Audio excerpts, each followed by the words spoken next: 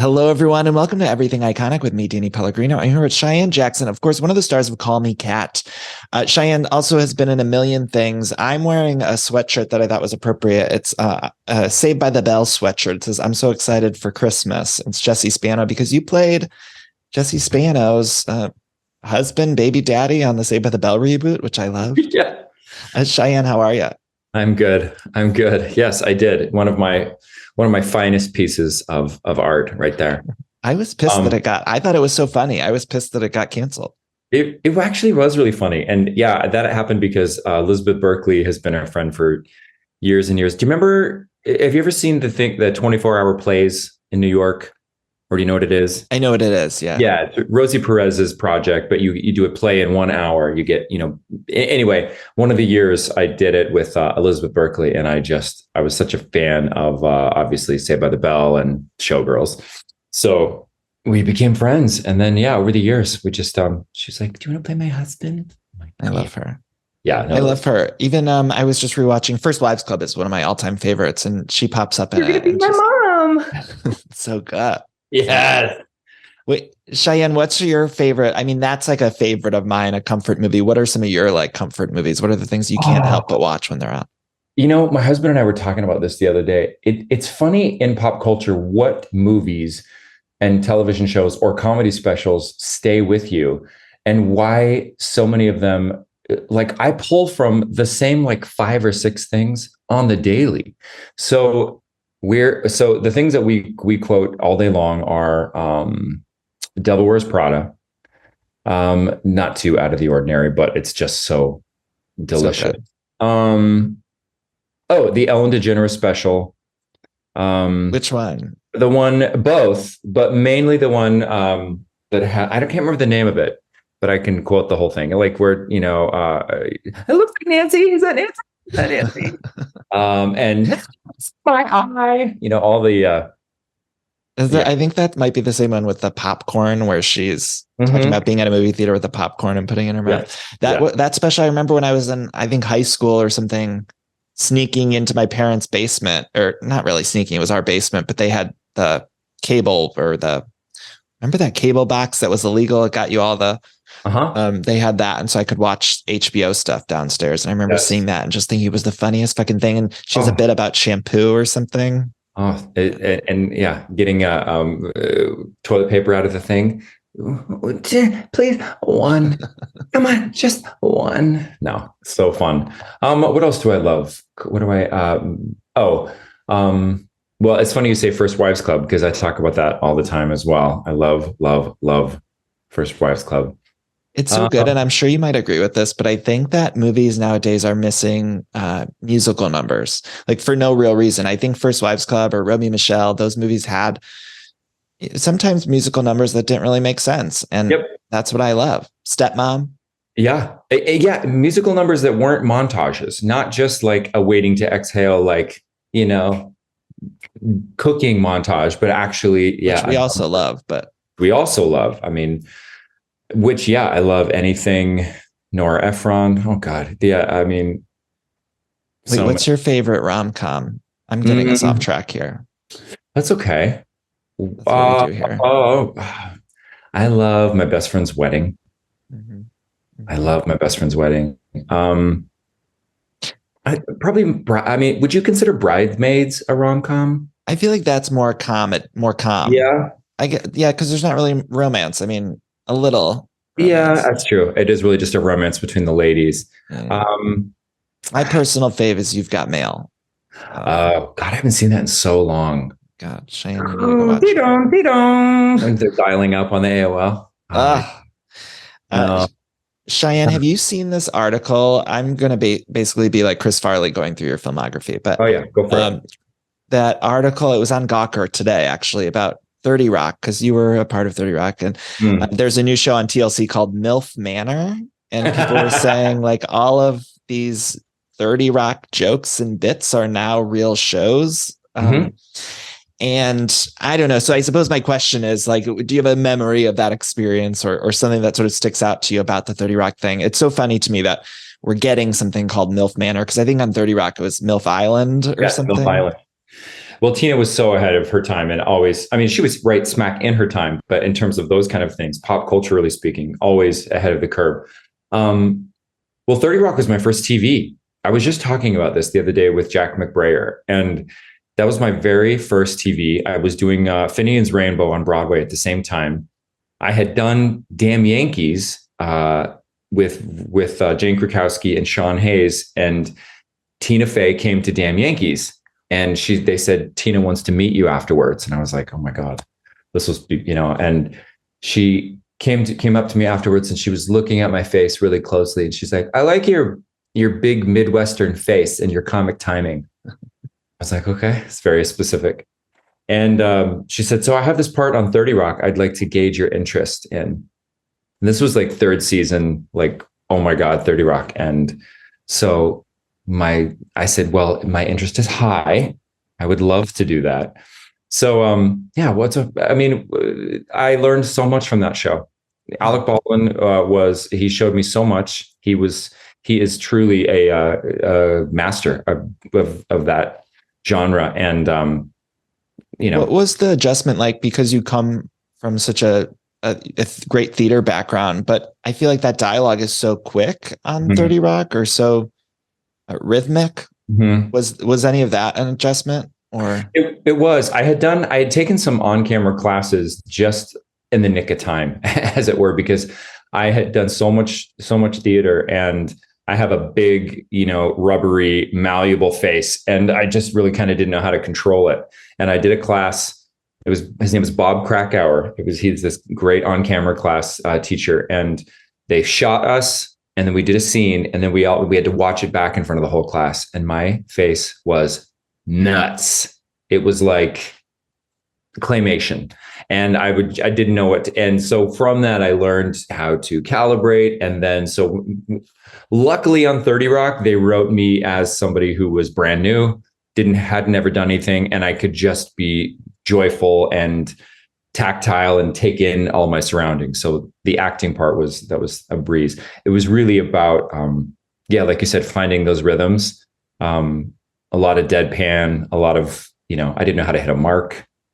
I remember my very first scene, I had to meet the whole entire cast, and I literally was meeting about 60% of them in the scene, and I had to come in and hit my mark, and I just overstepped it because I didn't really know all the tricks, how you can like look down at your watch and see your mark or whatever people do.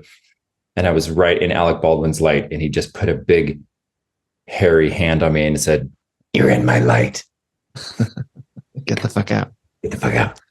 No, he was great. I love that. You've acted alongside so many great people. Who's the person you've been in a scene with that you're like, holy shit, whether it be on stage or on camera, that was the best to you? Or, I was just reading you're doing Borderlands with Kate Blanchett and Jamie Lee Curtis. And I don't know. Yeah. I'm sure you've worked with so many amazing people, but is there one person that just really blew you away? Yeah. The first time the first thing that comes to mind is Kathy Bates, because I got started in acting later than most people. I was 27 when I moved to New York City.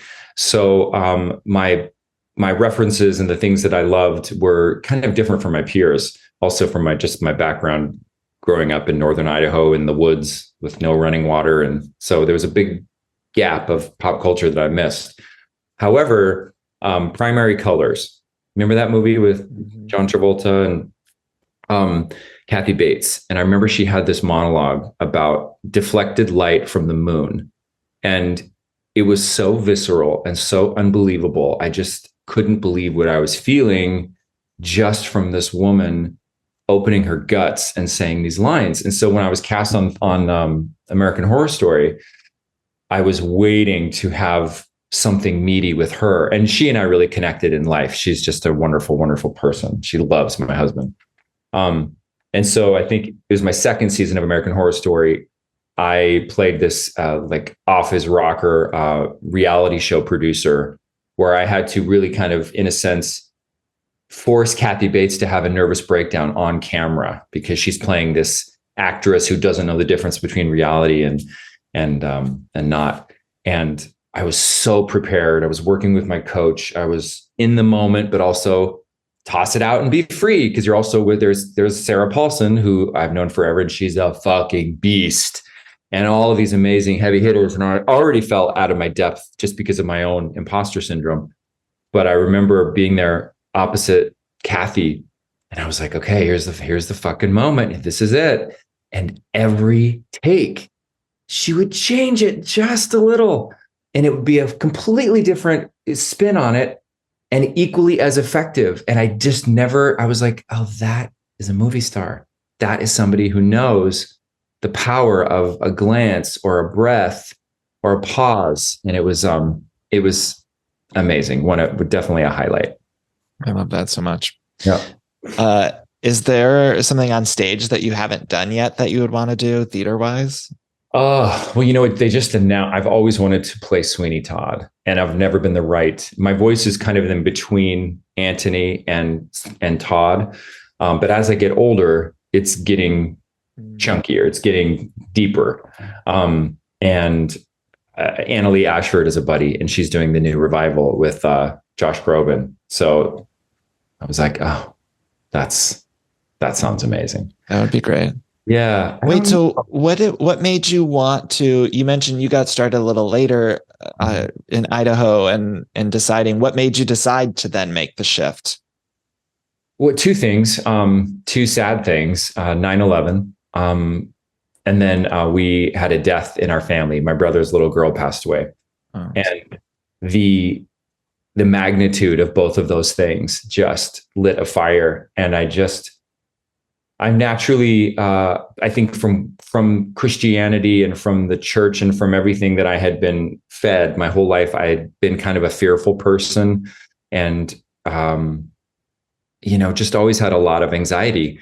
And both of these major shifts, Alexis's death and then 9/11, I just thought, I cannot be an old man wishing that he had done so many things in life. And I just decided to push through, and I moved to New York.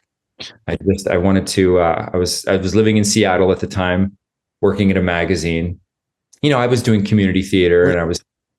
Forgive me, were you out at the time, or you? Oh yeah. Yeah. I came out at 19. Okay. But yeah. That's 19's young for Idaho. I'm from Ohio, and 40 is young for Idaho. Yeah, right. Yeah. So no, I just thought, you know what? Fuck it. I'm going to do this. And I moved to New York at 27. And I just wanted to know. I just wanted to give it a shot so I could say that I had. And I was in the right place at the right time. I had so much confidence because I truly felt like I had nothing to lose. And I booked my first audition, and I was on Broadway in 3 weeks. It was. What was the first Broadway? Thoroughly Modern Millie. Yeah. Okay. Foster. Yeah. I think it's such a great lesson too for anyone in any field. I think you're always going to regret the things that you don't at least try. So even if you try and fail, at least you won't have the regret of never trying. I think that's the thing that would haunt me the most.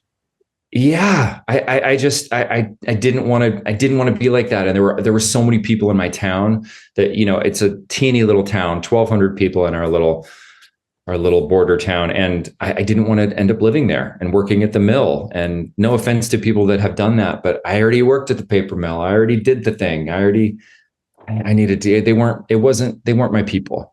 My people were somewhere else. So when you looked at, you weren't a big pop culture junkie, but like when you looked at the landscape of television and film, was there anyone, I love talking to out gay actors, because it's like, yeah, there weren't, especially even 10 years ago, there weren't a whole lot of examples. Now we have people like you and lots of other gay men on screen. And but who did you look towards? Well, you always find your way, right? Yeah. So even at like 11, I mean, I would go to yard sales, and I would find, like jazz CDs that, Billie Holiday, Lena Horne, Sarah Vaughan, Ella Fitzgerald. And then when we got TV, and I love television. I always have loved TV, and I have always have loved movies, and I just love to know what's going on in entertainment in all forms, opera, jazz, whatever. But yeah, in terms of pop culture and my sexuality, I mean, I guess it started with Almanzo from Little House on the Prairie. Remember him with the blonde and and then Dukes of Hazzard, either one of them, both of them. Magnum PI. My brother loved Magnum PI. But then in terms of people I looked up to, I would say George Michael was first like idol crush. I learned to sing by listening to his voice, mimicking, recording. I had two tape recorders, and I would record myself singing with one and then with the other one, and then double it and layer it and add harmonies. And, before social media and TikTok and shit. So yeah, that's kind of how I started. Yeah. But there wasn't anybody on TV. I remember when Will and Grace started, I think I was maybe 19 or 20. That was just mind blowing. And then when the revival of remember Will and Grace back? Yes, that was so surreal. Not unlike Saved by the Bell, when you go on the set and then there's all the people and they look the same. That's crazy. It's crazy. Will and Grace was, I couldn't believe it. I was there. Wait, Cheyenne, do you know any of the dirt on what happened there on Will and Grace? Like, wasn't there some behind the scenes stuff with the cast? In my episode there, it was apparent that that the two ladies were not on the best of terms. I don't know what was happening, that I wasn't, but yeah, I could tell that there was definitely some drama going on. I don't know. So many unanswered questions. I know. I really love both of them too. Yeah, I know, they're so funny. But that initial season of those the first run of Will and Grace, I remember it being on, and a family friend of my parents, her talking about how much she loved it. And even I was so young, but I remember consciously thinking like, oh, she's okay with these gay characters, I don't know, which was a big deal to me at the time. Of course, the things we remember. I know, it sticks out. And you were also in Glee, which I feel like Glee was that for so many people. And also, speaking of drama on set, I feel like that had some craziness. Did that any craziness while you were there on Glee? Yes. Yes, so much. I'm going to get you in trouble. I mean, listen, I will say this. I mean, nobody is the sum of their worst moments. Nobody is their worst times. But I knew a lot of these kids prior in New York from, Broadway shows and stuff. So watching them become so famous so fast, I joined in the second season. I recurred on that season. And it was pretty jarring to see how much they had changed, how much fame had affected a lot of them. How could it not? It was just such a freaking juggernaut. But yes, I witnessed some things on that set that one day I will write a book, because you just cannot even fucking believe it. Anything you could give me? Any like little? Come on, I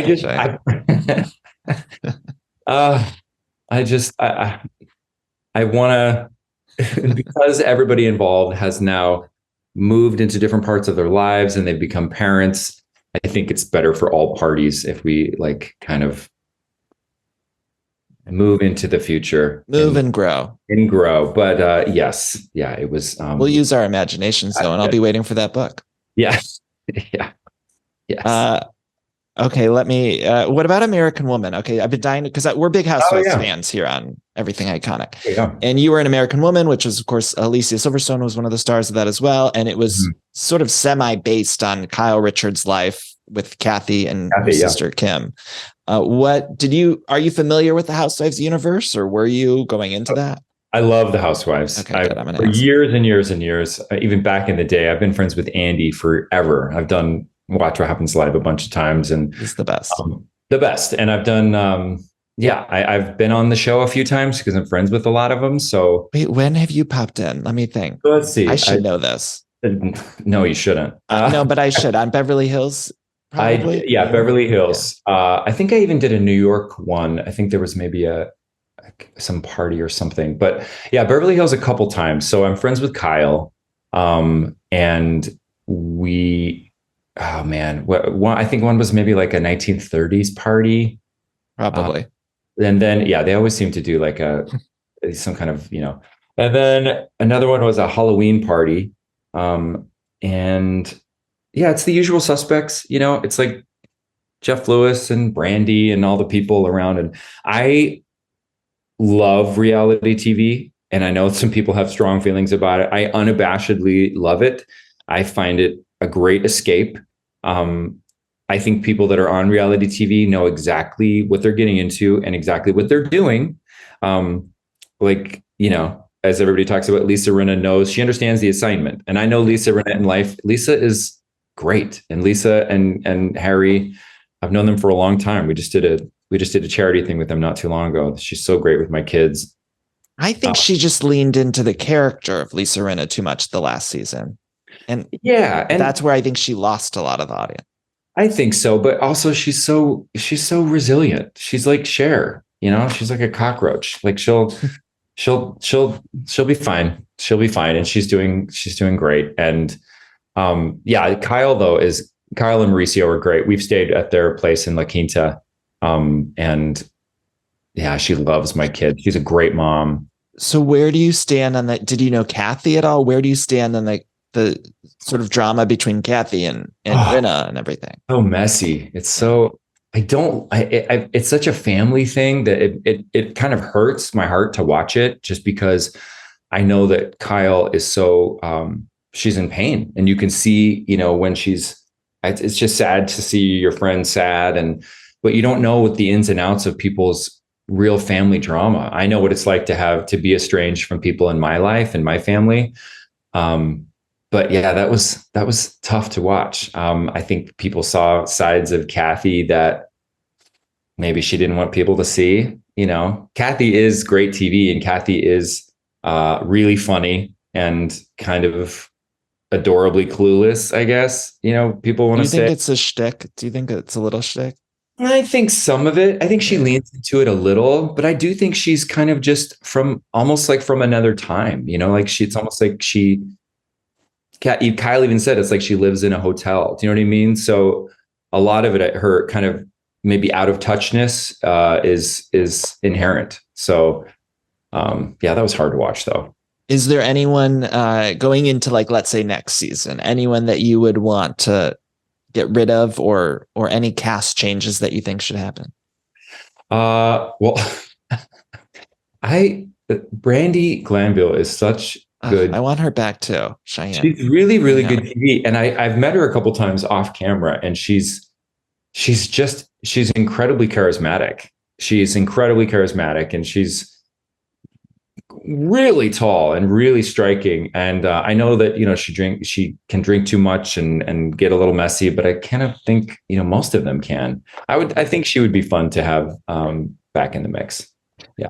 Similarly to Lisa Rinna, I think she leaned into maybe the character of Brandi Glanville a little too much at a certain point, but I would like to see her back. And I think I always think it's good for a housewife to take maybe a breather and then come back and, you know, see where they're at. I think it's good for everyone. Oh, that's funny. You know, I just was thinking the other day, I made a connection I've never actually said before, but I know, what is her name?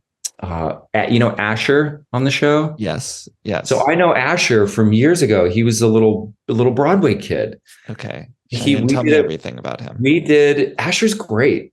Asher's really, really kind, and he's kind of what you see is what you get. We did a musical adaptation of The Prince and the Pauper when I was still back in Seattle. So he must have been like 11, 12 maybe. Really talented little Broadway singer. And I've seen him over the years in different incarnations, you know, with his own music and stuff. But you could have knocked me over with a feather when he popped up on my TV, you know, with long hair, married to.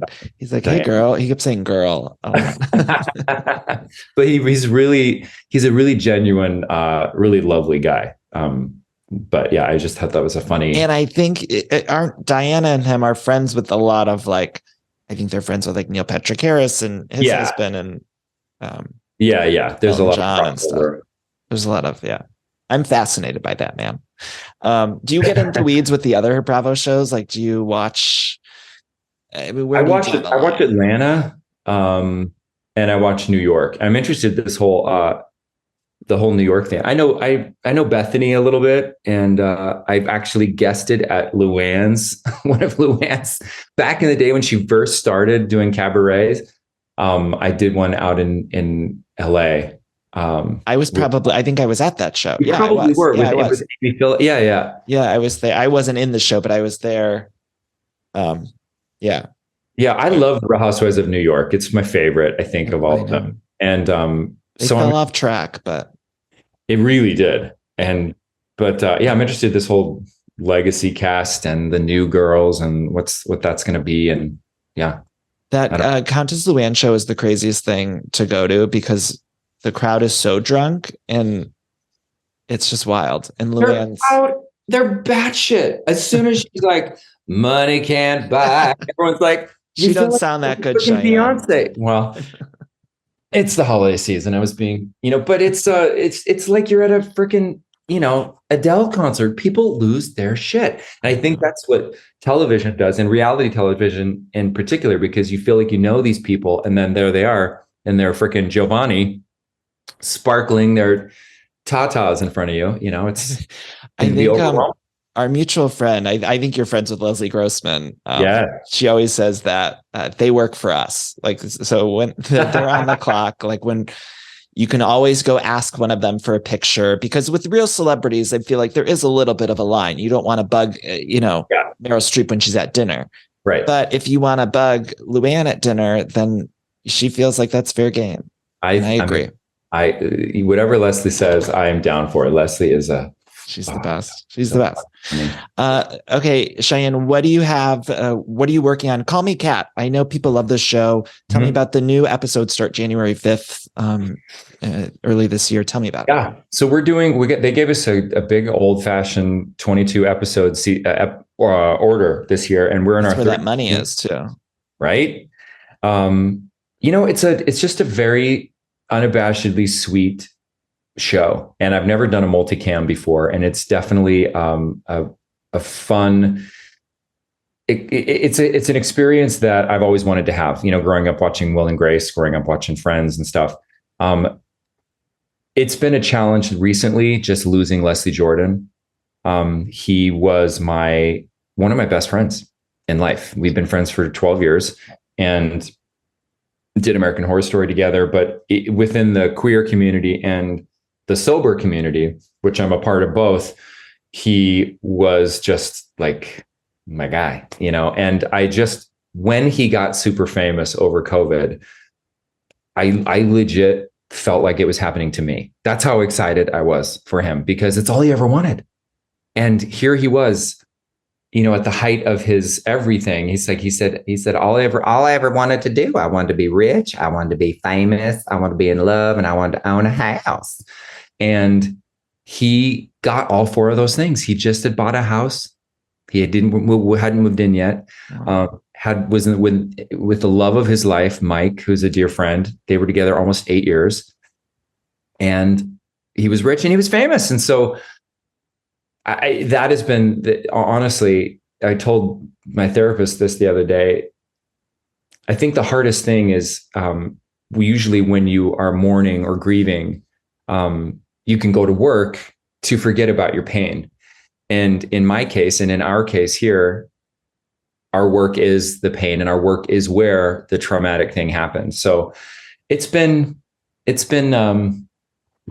tricky. I've been doing things to help myself. Like here's the listeners. Oh my God.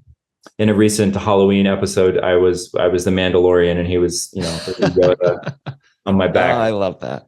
He brought so many people joy. And I think for people, a lot of the queer community, I think, had followed him for so many years. And to be quite honest, he was my favorite part of particularly the original Will and Grace. Anytime he showed up, it was like, that's what you knew you were getting, the belly laughs when him and Karen were in scenes together. And so I think so many of us were rooting for him. And not knowing him, it just felt so exciting seeing in COVID so many people embracing him and also just embracing him for who he was, not even just being a character, but just being himself. That's right. So that's been the trickiest thing, and we've just been figuring out how to go on without him.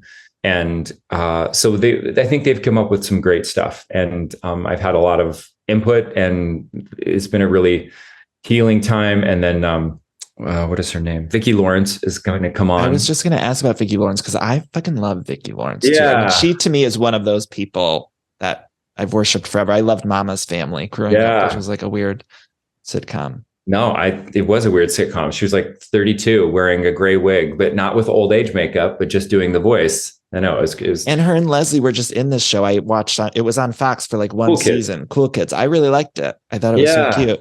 I was devastated when so she's coming on then. She's coming on as his mom. And then we have a couple new people they're going to kind of be bopping in and out until we find the right fit. But yeah, it's I'm happy to be here. I'm happy to be carrying this on.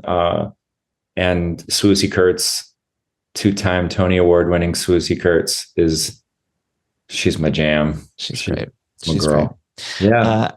Finally, I just want to ask some general pop culture questions. I suppose we already sort of talked about this, but it's the holiday season. And so are there any holiday movies that you go to? I had Anna and Rachel Dratch on last season promoting Clusterfunk Christmas, which I thought was so funny. It's like a parody on the Hallmark movies.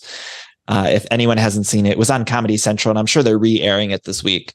Yeah. But it was really, really funny. And you play sort of like the hunky, like hometown construction guy kind of take. Yes, that was. I love Rachel. I love Anna. You guys must have laughed a lot on that. I just feel like you would laugh around them. It was nuts. No, I've known Rachel forever. She was always my +1 in New York. We would never have, our men at the time like never really wanted to go, and so we're like, look, we would do it together. And Anna is just such she's a broad. She's like an old timey dame, and so fun.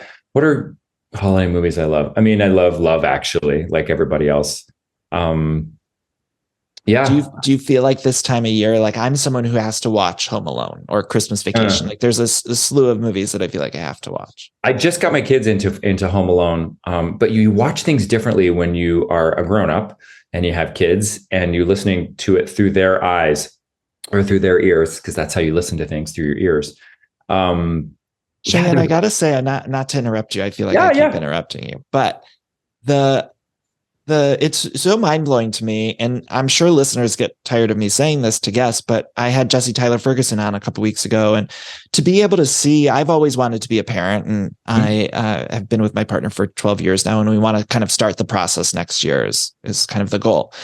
But when I was younger, there were no examples of gay people in media with kids, and I feel so grateful that now I get to look at people like yourself, where I can go on social media and see two dads with their kids. It's kind of mind blowing. And I sometimes don't feel like it's recognized as much, because now we have a handful of examples of you guys, but it's pretty remarkable. I appreciate that acknowledgement. No, I appreciate that. And I think it is important. That's also part of the reason we've made the decision to share our family, and sometimes we waffle on that. And when they get older and, they are more autonomous, maybe we'll change our decision on that. But I think representation, and I think seeing yourself really in these times more than ever, I mean, we literally just had to have something, put into law to protect it's a fucking bonkers time. So I appreciate that. And I agree. I think if I was, queer kid from Idaho at 13, if I could have seen an example of somebody who was living a life that I could aspire to, that would have been amazing. Yeah. So it's not lost on me. And it's just, being a parent is the most spectacularly painful, beautiful thing you will ever do, ever. And you just never think, you never ever in your life think you can love something so much. Do you guys want more? Are you done? We're done. Yeah. For a hot second, I was filming something. I was gone and I was missing the kids. The longest I've ever been away is 6 weeks, and it was torture. And there was a baby was on set with us, and I was just, I had such baby fever, and I came home and we entertained it for a second, but we have a son and a daughter. They're 6 now. They're in such a great space, and I can't imagine going back to diapers, and and also we're in our 40s. So it's like, it's good. Yeah. Cheyenne, this was such a delight. The last two questions I ask all of my guests are your favorite Mariah Carey song. And if you were choosing for People Magazine Sexiest Man Alive, who would you choose? Okay. Mariah Carey. I mean, I got to go Vision of Love just because it was so groundbreaking and unlike anything else ever. And then who would I choose as the sexiest man alive? Have they just chosen it, or this is just whatever your fan is? If you were the editor, it could be someone who's been chosen before or not. Right. Oh God. Or it could be a child, like when you were a kid, the guy that you were like, oh my God. Do you remember? You're too young for this, but you know pop culture. You may know this. Do you remember the TV movie with Joan Collins called The Making of a Supermodel or The Making of a Male Model? It sounds familiar, but John Eric Hexum. Okay. Look it up. I'll look him up. John Eric Hexum. Yeah. He died tragically with, I think, on set with like a gun that was not supposed to be loaded, I believe. But he was always the most beautiful thing I'd ever seen in my life, ever. You've seen that American Horror Story meme of all you guys, right? Of all you hot white guys. It makes the rounds every few months, and we laugh about it. Just imagine you all in a group text being like, look how hot we all are. I mean, I was in Target not so long ago, and a lady was convinced that I was Matt Bomer. And I said, she's like, I really love your work. And I was like, oh, thank you. That's so kind. And then she was like, she mentioned something that Matt was in. I was like, oh, no, I'm not. That's funny. Like, yes, you are. I said, no, I'm not. And she goes, maybe you're not, because you actually are a little taller and goofier than I thought. I'm like, ma'am. Well, let me tell you a story real quickly, and then I'm letting you, I promise. But I saw Matt Bomer in a Target, in the West Hollywood Target on Valentine's Day the one year. This was probably 5 years ago or something. And I did get home and I told my boyfriend, I was like, just so you know, like I was prepared to leave you. Like it was Valentine's Day. In my head, we were running off together, and it was, and he understood. And I'd feel I would want him to do the same if he ran into Matt Bomer in a Target. Matt is a statue. He's like gorgeous, carved out of cream cheese. A friend used to say. Yes. Cheyenne Jackson, thank you so much. I've been such a huge fan of your work, so thank you for taking the time. Everyone's going to check out Call Me Kat. It starts again January 5th. Fox restarts January 5th. Happy holidays. Happy New Year. Thank you so much, Cheyenne. And to you. Thank you so much. This was lovely. Truly my pleasure. Thank you.